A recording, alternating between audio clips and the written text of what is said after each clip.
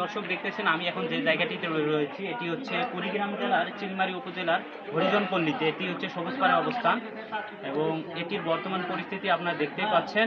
কুড়িগ্রাম জেলার চিলমারী পয়েন্টে সবুজপাড়া হরিজনপল্লী এবং এটি হচ্ছে কিছু সরকার প্রজেক্টের আওতায় বেশ কিছু ঘর রয়েছে। এখানে প্রায় 30টার অধিক পরিবার রয়েছে এবং প্রতিটি পরিবারের জন্য একটি করে ঘর বরাদ্দ করেছে মানুষ। কিন্তু বন্যা পরিস্থিতি, তিস্তার পানি, ব্রহ্মপুত্র তিস্তার পানি একত্রে এখানে উঠে প্রায় এই হরিজনপল্লীতে বসবাসের অনুপযোগী হয়ে গেছে এবং তাদের বসবাসে অনেক ব্যাঘাত টানছে। এমতো অবস্থায় তারা খুবই কষ্ট সহকারে জীবন যাপন করতেছে। এখানকার পরিস্থিতি আসলেই করুণ। কতদিন ধরে পানিতে আটকায় আছেন? এখানে 10 দিন পার হবে। 10 দিন পার হবে। ইতিপূর্বের আগের বছরগুলোতেও কি এখানে এরকম পানি উঠছিল? এই আচ্ছা, এই ঘরগুলো মানে কত সালের দিকে মানে তৈরি করা হয়েছে সরকার থেকে? 23 সালের দিকে, মানে 1 বছর আগে এটা তৈরি হয়েছে। আচ্ছা, চিলমারী উপজেলা প্রশাসন থেকে এই হরিজনপল্লীর ঘরগুলো বাস্তবায়ন করা হয়েছে, কিন্তু এখানকার বসত বাড়িগুলো একদম নিচু হওয়ায় সেটি বিপাকে পড়েছে তারা। তার কাছেও আশা করি তাও মাল পাইনি আমরা। আচ্ছা, আপনাদের এই পানি কি একবারে উঠলো না এর আগে পানি উঠছিল? আজকে এই পানি প্রায় 15-20 দিন থাকে। দুইবার উঠিল পানি। আরও তো একবার পানি এসে এই ঘরে এই জায়গা।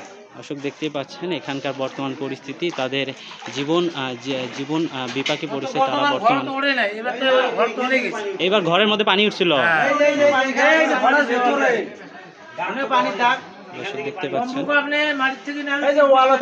এই যে এখানে যে দাগটা রয়েছে এই দাগ পর্যন্ত এখানে পানি ছিল। তো ভাই, এখানে মানে কতদিন ধরে আপনারা পানিবন্দী রয়েছেন? পানি 15 দিনের উপরে হলো। 15 দিনের উপরে হলো। তো আপনাদের দেখলাম এখানে আসার সময় দেখলাম কোনো ধরনের রাস্তা নাই, সেটা আপনাদের পানি ভেঙে যাইতেছেন। বরাদ্দ হওয়ার ছিল, আমরা রাস্তা যখন বসতে হয় তখন রাস্তার বরাদ্দ হয়েছিল। আমরা ডিসি মানে ইউনো স্যার, চেয়ারম্যান স্যার সবাইকে জানাইছিলেন, কিন্তু রাস্তা হয়নি। ওনারা আমাদের বলছেন যে হ্যাঁ হবে। গাইড ওয়াল 1 ফিট দিয়ে ওই অবস্থায় আছে। হ্যাঁ, এটা রাস্তায় মাথার উপরে পানি এবং কি কল পানির নিচে চলে গেছে। আমাদের বাথরুম তলায় গেছে। আমরা থাকবো কীভাবে, বসবাস করবো কীভাবে, আমরা মানে হরিজন বলে আমরা এতটা অবহেলিত বলার মতো। আচ্ছা, দর্শক দেখতেই পাচ্ছেন, এক ভাইয়ের কাছে জানতে চাইলাম তাদের যে জীবন বিপাকে পড়েছে, তার পরিস্থিতি। এখানে কি বাড়িতে ঘরের ভিতরেও পানি উঠছিল?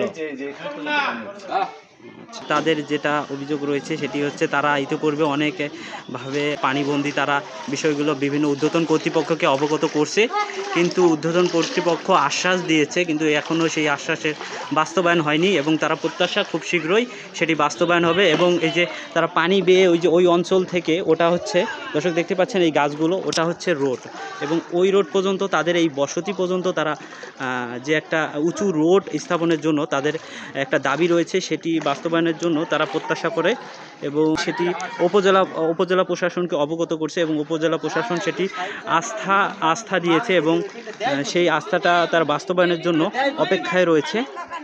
আমি যে দৃশ্যটি দেখাচ্ছি এটি হচ্ছে পানি ওঠার পরে তাদের ঘরের ভেতরে যে ময়লা আবর্জনা হয়েছিল সেটি তারা এখানেই বালতি বেয়ে সেটি পরিষ্কার করতেছে এবং তাদের দৈনন্দিন জীবনে যে তার চলাফেরা করে সেটি জীবিকা বিপাকে পড়েছে।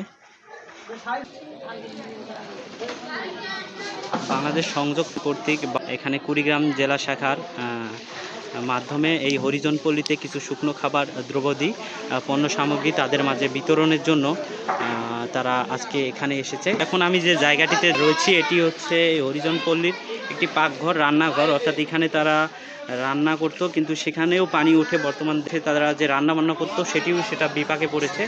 এবং এই ঘরটি দেখতেছেন এবং এই ঘরটিতেও 1 হাঁটু পরিমাণ পানি ছিল, কিন্তু কিছুদিন যাবৎ পানির তীব্রতা এবং বন্যার পানি কিছুটা কমার কারণে তাদের ঘর থেকে পানিটা বেড়ে গেছে এবং এই বসতির আশেপাশের অঞ্চল এখনও পানিবন্দী রয়েছে।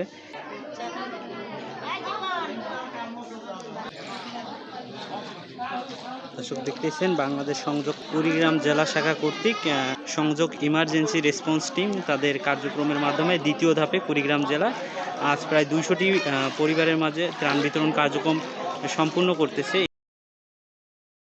আমরা তো এই যে বন্যার পানির মধ্যে এই যে 15 দিন 10 দিন হাতে পড়িয়েছি। আমরা তখন খাদ্য বিনেকার বাইরে বের হইতে পারি না। আমরা এখন দেখেন কি অবস্থায় আছি। সংযোগকে ধন্যবাদ।